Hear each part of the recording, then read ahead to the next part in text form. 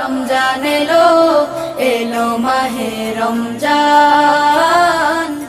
আসসালামু আলাইকুম ওয়া রাহমাতুল্লাহি ওয়া বারাকাতুহু। সুপ্রিয় দর্শক, সুবর্ণভূমি স্টুডিও থেকে রমজানের মাসব্যাপী বিশেষ অনুষ্ঠান আলোকিত মাহে রমজানে সকলকে জানাচ্ছি শুভেচ্ছা। আজকে আমরা আপনাদের সম্মুখে রমজানের একটি গুরুত্বপূর্ণ বিষয়, সেটা হচ্ছে রমজান এবং সবর। এ সম্পর্কে আমরা কোরআন সুন্নাহর আলোকে গুরুত্বপূর্ণ আলোচনা শুনব। আজকে আমাদের স্টুডিওতে এই গুরুত্বপূর্ণ আলোচনা নিয়ে উপস্থিত হয়েছেন আমাদের নিয়মিত আলোচক, যশোর দোয়াটানা জামে মসজিদের সম্মানিত খতিব, বিশিষ্ট আলেম দ্বীন মুফতি আমানুল্লাহ কাসিমি হাফিজাহুল্লাহ। আসসালামু আলাইকুম ওয়া রাহমাতুল্লাহ। ওয়ালাইকুম আসসালাম ওয়া রাহমাতুল্লাহি ওয়া বারাকাতুহু। হুজুর কেমন আছেন? আলহামদুলিল্লাহ শেখ, আপনি কেমন আছেন? আলহামদুলিল্লাহ ভালো আছি। মোহতারাম, আজকে আমরা আপনার সাথে আমরা যে বিষয় নিয়ে জানতে চাচ্ছি সেটা হচ্ছে রমজান মাস আমরা সকলেই জানি সবরের মাস। তো এই সবর তো আসলে রোজার সাথে সবরের একটা সম্পর্ক রয়েছে। রমজান মাস, এখানে ক্ষুধা তৃষ্ণার উপর একটা সবর আছে, গুনাহ থেকে দূরে থাকার সবর আছে, ইবাদত বন্দেগী করার একটা সবর আছে। তো আজকে আমরা আপনাকে জানতে চাই যে রোজার সাথে সবরের কোরআন সুন্নাহর আলোকে কি সম্পর্ক রয়েছে এবং এর আজর কি রয়েছে, যদি একটু বলতেন আমাদেরকে এ বিষয়ে। নাহমাদুহু ওয়া নুসাল্লি আলা রাসূলিল কারীম, আম্মা বা'দ। ফাআউযু বিল্লাহি মিনাশ শাইতানির রাজীম। বিসমিল্লাহির রহমানির রহিম। ইন্নামা ইউওয়াফাস সাবিরুনা আজরাহুম বিগাইরি হিসাব। وقال رسول الله صلى الله عليه وسلم الإيمان نصفان نصف صبر ونصف شكر। জি শেখ, সর্বপ্রথম আমি শুকরিয়া জানাচ্ছি আজকের আলোকিত মাহে রমজান অনুষ্ঠানে সকল দর্শক শ্রোতাবৃন্দকে। আসলে যে বিষয়টি আপনি উল্লেখ করেছেন, সবর অর্থাৎ ধৈর্য এবং রমজানের এই সিয়াম সাধনার সাথে সম্পর্ক, আসলে সম্পর্ক খুবই ঘনিষ্ঠ এবং অতপ্রত সম্পর্ক, যার ফলে আমরা দেখতে পাই যে রাসূলুল্লাহ সাল্লাল্লাহু আলাইহি ওয়াসাল্লাম এই মাসকে যে সমস্ত অভিধাতে ভূষিত করেছেন, তার মধ্যে একটি হচ্ছে রাসূলুল্লাহ সাল্লাল্লাহু আলাইহি ওয়াসাল্লাম বলেছেন এই মাসটি হলো ধৈর্যের মাস। ধৈর্যের গুণে এই মাসকে রাসূলুল্লাহ সাল্লাল্লাহু আলাইহি ওয়াসাল্লাম বিশেষায়িত করেছেন। সবরি ওয়াল মুআসা, তো ধৈর্যের মাস নবীজি বলেছেন। তো আসলে এই মাস হলো ধৈর্যের একটা প্র্যাকটিস এবং ধৈর্যের অভ্যাসে নিজেকে অভ্যস্ত করবার মাস। আসলে ধৈর্য যদি আমরা চিন্তা করি, তো কোরআন সুন্নাহর আলোকে ধৈর্য কিন্তু কোনো ওক্তি আমল নয় যে একটা ওক্ত নির্দিষ্ট সেই ওক্তের ধৈর্য আমল করতে হবে, ব্যাপারটি এমন নয়। বা কোনো মৌসুমের সঙ্গে এটা সংশ্লিষ্ট নয় যে এটা শুধু রমজানের মৌসুমে ধৈর্যের আমলটা জীবনব্যাপী, এটা জীবনব্যাপী একটা কন্টিনিউ একটা আমল হচ্ছে ধৈর্য। কারণ আমাদের জীবনের বাঁকে বাঁকে, মুমিন জীবনের বাঁকে বাঁকে কিন্তু ধৈর্য ধারণের মতো পরিস্থিতি অহরহ দৈনন্দিন রাত দিন সবখানে ঘরে বাহিরে তৈরি হবে। হযরত আব্দুল্লাহ ইবনে মাসউদ রাদিয়াল্লাহু তাআলা আনহু থেকে বর্ণিত, রাসূলুল্লাহ সাল্লাল্লাহু আলাইহি ওয়াসাল্লাম বলেন যে ঈমান দুই ভাগে বিভক্ত, একটা হলো সবর, একটা হলো শুকর।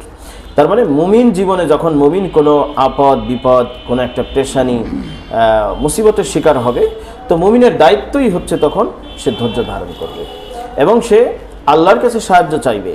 আর সাহায্য চাওয়ার জন্য আল্লাহ রাব্বুল আলামিন কোরআনে পাকে দুইটা মাধ্যম বলেছেন যে আমার কাছে তোমরা সাহায্য চাও, তোমরা তো দুর্বল, তোমরা যায়ীফ, তোমরা হতাশ হও না, আমার কাছে সাহায্য চাও, আমি তোমাদেরকে উতরায় নেব। তো সেই সাহায্য চাওয়ার জন্য যে দুইটি মাধ্যম কোরআনে পাক বলছে, ওয়াস্তাঈনু বিস-সাবরি ওয়াস-সালাহ, যে তোমরা ধৈর্য এবং নামাজের মাধ্যমে সাহায্য চাও। প্রথমেই কিন্তু আল্লাহ তাআলা ধৈর্যের কথা বললেন, অর্থাৎ ধৈর্যটা ধরতে হবে কখন? যখনই আমার ভিতরে উত্তেজনা তৈরি হবে, যখনই আমার ভিতরে রাগটা সৃষ্টি হচ্ছে, ঠিক তখনই টাইম হচ্ছে ধৈর্য ধারণ করো। যখনই বিপদ, যখনই মুসিবত, যখনই আমি ডিপ্রেশনের শিকার হতে যাচ্ছি, তখনই আমাকে ধৈর্য। এরপরে সেখান থেকে উতরাবার জন্য, সেখান থেকে বেরিয়ে আসার জন্য আল্লাহ রাব্বুল আলামিনের দরবারে সালাতুল হাজাত পড়ে দোয়া কান্নাকাটি। তো এই জন্য সবর এটা আমাদের জীবনের একটা অতপ্রত একটা বিষয় হয়ে দাঁড়িয়েছে। বিশেষ করে বর্তমান বিশ্বে যদি শেখ আমরা দেখি, তো ডিপ্রেশন এটা কিন্তু একটা আন্তর্জাতিক মহামারীতে রূপ নিয়েছে। লক্ষ লক্ষ মানুষ আজ এই ডিপ্রেশনের শিকার। তারা হতাশ, তারা বিষণ্ণ, তাদের জীবন নিয়ে তারা হতাশ হয়ে যাচ্ছে, এমনকি সুইসাইডের পর্যায়ে তারা চিন্তা করছে এবং নিজেকে সেদিকেও ঠেলে দিচ্ছে। তো এই জন্য এটার থেকে উত্তরণের জন্য তাদের কাছে কিন্তু বা পৃথিবীবাসীর কাছে আজকে মেডিকেল সায়েন্সের অভাব নেই, তারপরে কোনো আপনার মেডিকেল ট্রিটমেন্টেরও অভাব নেই, মানুষের বিনোদনেরও অভাব নেই, সবই আছে, তারপরেও যেন মানুষ এই ডিপ্রেশন থেকে বের হতে পারছে না। তো অভাব কোন জায়গায়? অভাব হচ্ছে এই জিনিসের যে মূল ট্রিটমেন্ট সেটা হলো সবর এবং শুকর, যেটা ঈমানের একটা শাখা, এখানেই কিন্তু আমাদের অভাব। যারা ইমানদার নয় তাদের কাছে তো ইমানই নেই, তো শাখা কোথার থেকে থাকবে? আর যারা ইমানদার আছে তাদের কাছে হয়তো এই শাখা সবর এবং শুকরের ত্রুটি আছে, বিধায় তারা ডিপ্রেশন থেকে বের হতে পারছেন না। তো এই জন্য এই রমজানকে সামনে করে আমরা এই বিষয়টা, সবরের বিষয়টিকে ব্যাপক প্রচারণা যদি আমরা চালাই এবং এইটার আমরা যদি প্র্যাকটিস আরম্ভ করে দিই, ইনশাল্লাহ ঘর থেকে ঘর, পরিবার থেকে পরিবার, এই ডিপ্রেশনের মহামারী থেকে আমরা ইনশাল্লাহ বেরিয়ে আসতে পারবো। শেখ, আজকে যদি আমরা লক্ষ্য করি তো পৃথিবীতে একটা কিতাব বের হয়েছে যেটা এই ডিপ্রেশন রোগীদের কাছে অত্যন্ত চমকপ্রদ হয়েছে, প্রিয় হয়েছে এবং বেস্ট সেলার বই। তার নাম হচ্ছে লা তাহজান। শেখ আরিফি দামাত বরকাতুহু এটাকে লিখেছেন। তো সারা পৃথিবীর মানুষ কিন্তু এটা নিয়েছে, মনে হচ্ছে যেন তারা এই মানে কিতাবটির জন্য অধীর আগ্রহে যুগকে যুগ অপেক্ষমান ছিল। তো এমনই একটা বিষয় আসলে এই সবরের ব্যাপারটি। তো শেখ, যদি আমরা চিন্তা করি তো আল্লাহ রাব্বুল আলামিন তো জানেন যে মানুষ এই রোগে আক্রান্ত হবে এবং সেটা ট্রিটমেন্ট তিনি বহু আগ থেকে, বলা যায় যে কোরআন ও সুন্নাহ নাজিল হওয়ার বহু আগ থেকে, জগৎ সৃষ্টির আগ থেকেই আল্লাহ রাব্বুল আলামিনের প্ল্যানিংয়ে এটা আছে যে মানুষ যখন এরকম বিষণ্ণতার শিকার হবে, ডিপ্রেশনের রোগীরা, তারা এর সমাধান কোথায় পাবে আল্লাহ রাব্বুল আলামিন তখন থেকে সেটা ফায়সালা করে রেখেছেন। আল্লাহ রাব্বুল কিতাবে আছে, আল্লাহ রাব্বুল আলামিন যখন কলমকে হুকুম করলেন যে কলম তুমি লেখো, তখন লৌহে মাহফুজে কলম লেখা শুরু করলো। তো প্রথমেই লিখলো কলম লা ইলাহা ইল্লা আনা মুহাম্মদ রাসূলি, যে আমি এক আল্লাহ, মুহাম্মদ আমার রাসূল, সেই তখন লেখা। এরপরে কলম লিখতেছে মাল্লাম ইয়াস্তাসলিম কাযাই, এক নম্বর, যে আমার নির্ধারিত কাজা অর্থাৎ আমার যে ভাগ্যের যে নির্ধারণ এটাকে যে মানে না, ওয়ালাম ইয়াসবির আলা বালাই, এবং আমার দেওয়া বিপদ আপদের উপরে যে ধৈর্য ধারণ করতে পারে না, ওয়ালাম ইয়াশকুর আলা নামাই, এবং আমার নিয়ামতের যে শুকর আদায় করতে পারে না, ফালইয়াতলুব রাব্বান সাওয়াই, সেজন্য আমি মাওলা, আমি প্রভু ছাড়া অন্য কোনো রব খুঁজে নেয়। আল্লাহ। সুতরাং আল্লাহ পাকের এটা ফয়সালা যে আল্লাহ তাআলা এই সবরের মারহালাগুলি মুমিন জীবনে আল্লাহ তাআলা পদে পদে সৃষ্টি করবেন এবং সেখানের দায়িত্ব আমাদের পালন করতে হবে, সেটা হলো সবর। তো শেখ, আমরা যদি কোরআন কারীমের দিকে লক্ষ্য করি তো আল্লাহ পাক রব্বুল আলামিন আমাদেরকে বলে দিয়েছেন যে 5টি জায়গায় তোমাদের সবর লাগবে, 5টি বিপদ তোমাদের কাছে আপতিত হবে। বিপদগুলি কেন আসবে? অনেক সময় দেখা যাবে যে আমাদের গুনাহের কর্মফল হিসেবে এসেছে, আবার অনেক সময় দেখা যাবে যে নেককার মানুষ কিন্তু বিপদে পড়েছেন, তো ওটা আল্লাহ পাক রব্বুল আলামিন ওনাকে পরীক্ষা নিয়েছেন। ওই পরীক্ষায় যদি উনি ধৈর্য ধারণ করতে পারেন, আল্লাহ তাআলা ওনাকে অগণিত অসংখ্য পুরস্কার দান করবেন। শেখ, আমরা যদি কোরআনে পাকে সূরা আলে ইমরানের দিকে লক্ষ্য করি তো আল্লাহ পাক রব্বুল আলামিন সেখানে বলেছেন যে সূরা আলে ইমরান নয়, কোরআনে পাকে আল্লাহ তাআলা বলেছেন ওয়ালানাবলুওয়ান্নাকুম বিশাইইম মিনাল খাউফি ওয়াল জু'i ওয়া নাকসিম মিনাল আমওয়ালি ওয়াল আনফুসি ওয়াস সামারাত ওয়া বাশশিরিস সাবিরিন আল্লাযীনা ইযা আসাবাতহুম মুসিবাতুন ক্বালু ইন্না লিল্লাহি ওয়া ইন্না ইলাইহি রাজিউন। যে তোমাদের মাঝে তোমাদেরকে আমি পরীক্ষা নিয়ে থাকি ভীতি দিয়ে, ক্ষুধা দিয়ে, মালের কিছু ক্ষতি দিয়ে, জানের ক্ষতি দিয়ে এবং তোমাদের ক্ষেত ফসল ইত্যাদির ক্ষতি দিয়ে। তো এগুলি যখন আমাদের সামনে আকস্মিকভাবে আসে, আমরা একেবারে বিষণ্ণ হয়ে যাই, হতবিহ্বল হয়ে পড়ি। ওই সময় আমাদের সান্ত্বনা একমাত্র আল্লাহ রাব্বুল আলামিনের এই সবর এবং এই সবরের পারপাস, আল্লাহর যে ওয়াদাগুলি আছে এগুলি যদি আমরা তখন স্মরণ করতে পারি, ইনশাআল্লাহ আমরা সান্ত্বনা লাভ করতে পারবো। পাশাপাশি শেখ, যখন আমাদের কাছে কোনো বিপদ আসে তখন সর্বপ্রথম কাজ হচ্ছে আমাকে একটা আমার আকীদা, আমার একটা বিশ্বাস থেকে আমাকে নিজের ভিতরে শক্তি যোগাতে হবে। সেটা হলো যে এই যে বিপদ আমার উপরে এসেছে এটা আমার জন্য একার বিপদ নয়, এরকম বিপদে আরো বহু মানুষ দুনিয়াতে পড়েছে এবং পড়ছে, সামনেও পড়বে, এবং আমি যে বিপদে পড়েছি এমন বিপদ অথবা তার চেয়ে আরো বেশি ভয়াবহ বিপদ মানুষের আছে এবং সেগুলি মানুষ আল্লাহর সাহায্যে উতরাইতেছে। এই আকীদা এবং বিশ্বাসটা আমার ভিতরে থাকলে আমার জন্য এটা সলভ করা আমার জন্য সহজ হয়ে যাবে। তো এই জন্য যখন আমাদের কাছে কোনো বিপদের মুখোমুখি আমরা হয়ে যাব তখন আমাদের করণীয়, আল্লাহ রাব্বুল আলামিন বলছেন যে আমার দিকে সঁপে দাও, বলে দাও ইন্না লিল্লাহি ওয়া ইন্না ইলাইহি রাজিউন, যে আমরাও আল্লাহর জন্য এবং আমরা তার দিকেই ফিরে যাব। সুতরাং যা কিছু আমাদের উপরে আপতিত বিপদ, এগুলি একমাত্র টলাইতে পারবেন মহান আল্লাহ পাক রব্বুল আলামিন। এভাবে নিজেকে সান্ত্বনা দিতে হবে। তো মুসিবত যদি আমরা চিন্তা করি যে এটা যখন আসে তখন সবর এটা কেন আসে, কিভাবে আসে, তো সেটা আমি বললাম যে গুনাহের কারণে হতে পারে অথবা আল্লাহর পক্ষ থেকে পরীক্ষামূলক হতে পারে। তো আমাদের এই সবরের যে ক্ষেত্রগুলি আছে শেখ, সেটা হলো আপনিও বলেছেন যখন আমাকে প্রশ্ন করেছেন, যে একটা হলো যে যখন আমরা ইবাদত বন্দেগী করবো, যেমন আমরা রোজা পালন করছি, তো এই সময় আমাদের সবর, যে মন চাচ্ছে না অথবা লোভ আছে খাবারের প্রতি, কামাচারের প্রতি, তারপরেও আমি ধৈর্য ধরে দিলের উপরে পাথর চাপা দিয়ে আমি ইবাদত করছি, আল্লাহর হুকুম পালন করছি। আরেকটা হলো যে গুনাহের আকর্ষণ যখন আসে তখন খায়সাতকে দমিয়ে দিয়ে ধৈর্য ধারণ করে সেই গুনাহ থেকে নিজেকে বিরত রাখা। আরেকটি হলো যখন মুসিবত এসে যায়, আকস্মিক কোনো বিপদ এসে যায়, তখন ধৈর্য ধারণ করা, সবর করা। এই তিনটি জায়গাতে ইনশাল্লাহ এই সবর যদি আমরা চালিয়ে যেতে পারি, তো আল্লাহ পাক রব্বুল আলামিন আমাদের জন্য অগণিত অসংখ্য এর বদলা ঘোষণা করেছেন। আল্লাহ বলেন, ইন্নামা ইউওয়াফাস সাবিরুন আজরাহুম বিগাইরি হিসাব। অন্যান্য আমল এমন আছে শেখ, যেটা আল্লাহ তাআলা আমল গুণে আল্লাহ বদলা দিবেন। একটা আমল তো একটা বদলা, 10টা আমল তো 10টা বদলা, কোনোটা পরিমাণ, আমল এত পরিমাণ তো বদলা এত পরিমাণ।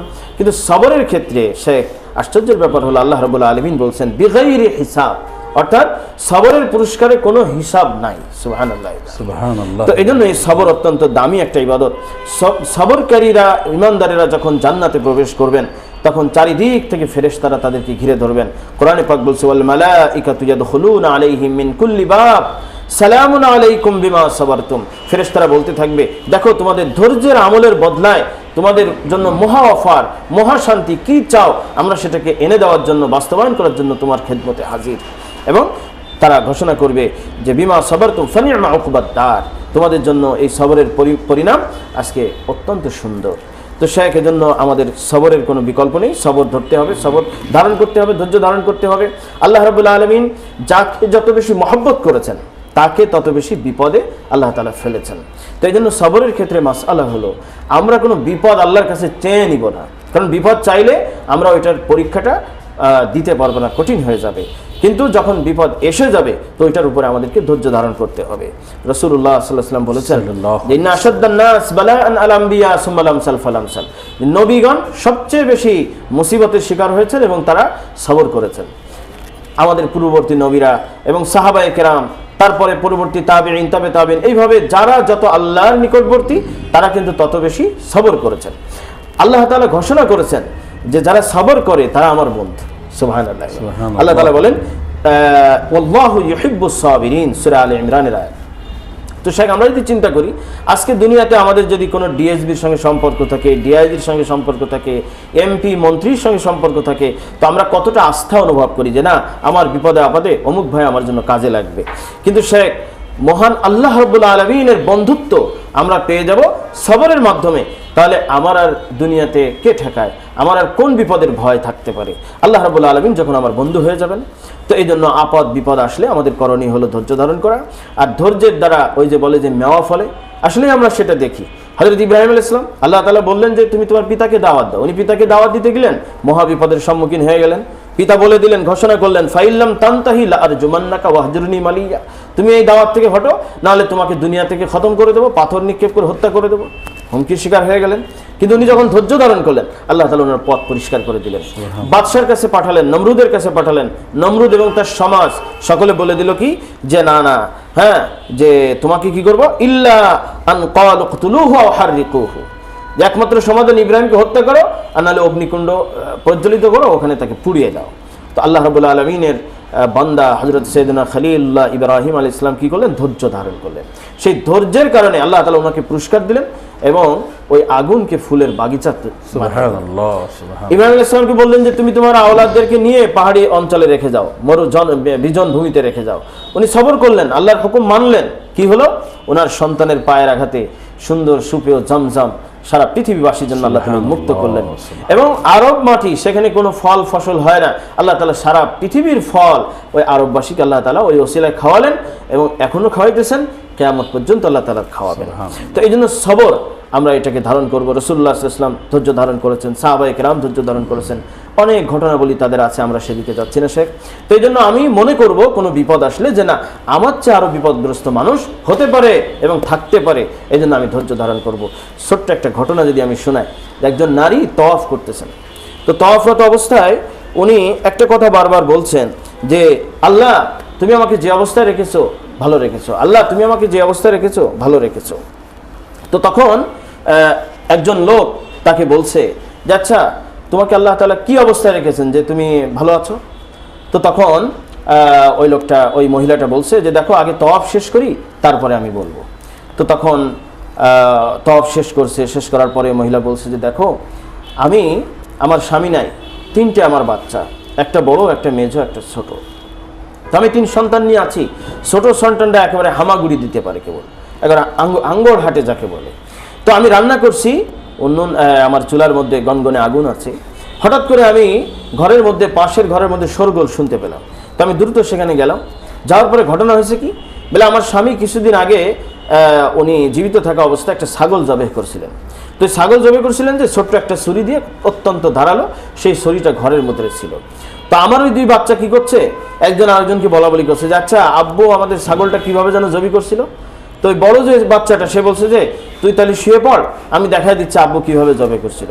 তোমরা তো বুঝে না, ওই মেজর ছেলেটাকে শোয়া দিছে এবং গলার ভিতরে ওই ছুরি চালাই দিছে, প্রচুর ধার থাকার কারণে জবাই হয়ে গেছে।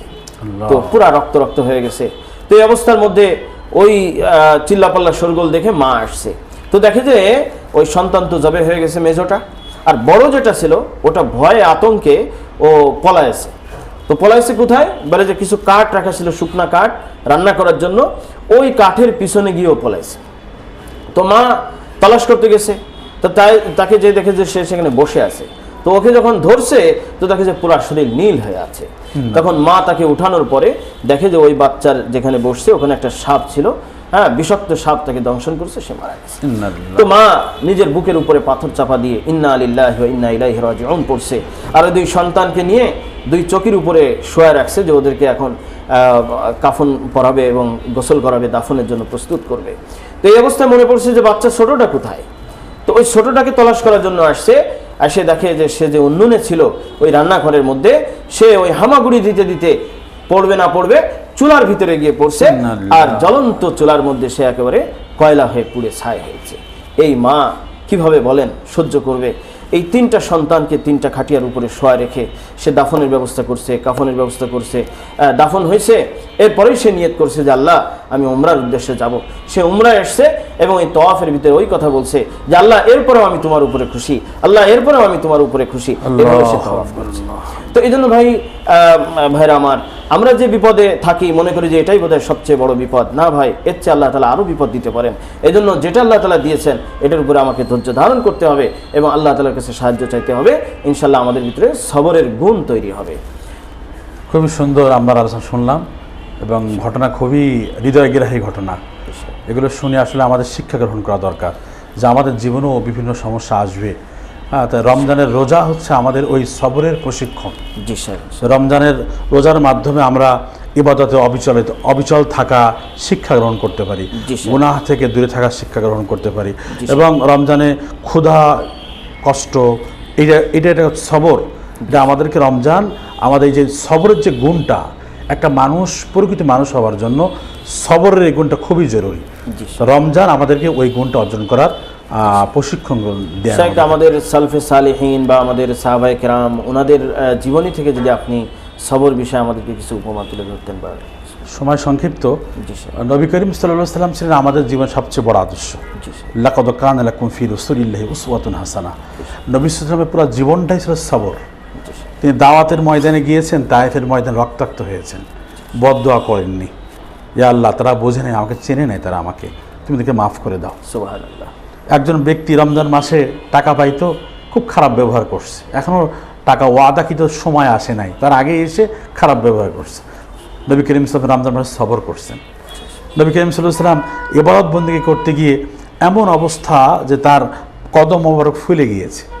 সাহাবা একরাম বলেন, ইয়া রাসূলুল্লাহ আপনার পা মোবারক ফুলে যাচ্ছে, আপনি এত ইবাদত কেন করছেন? আল্লাহ তো আপনার পরবর্তী সমস্ত গুনাহ মাফ করে দিয়েছেন।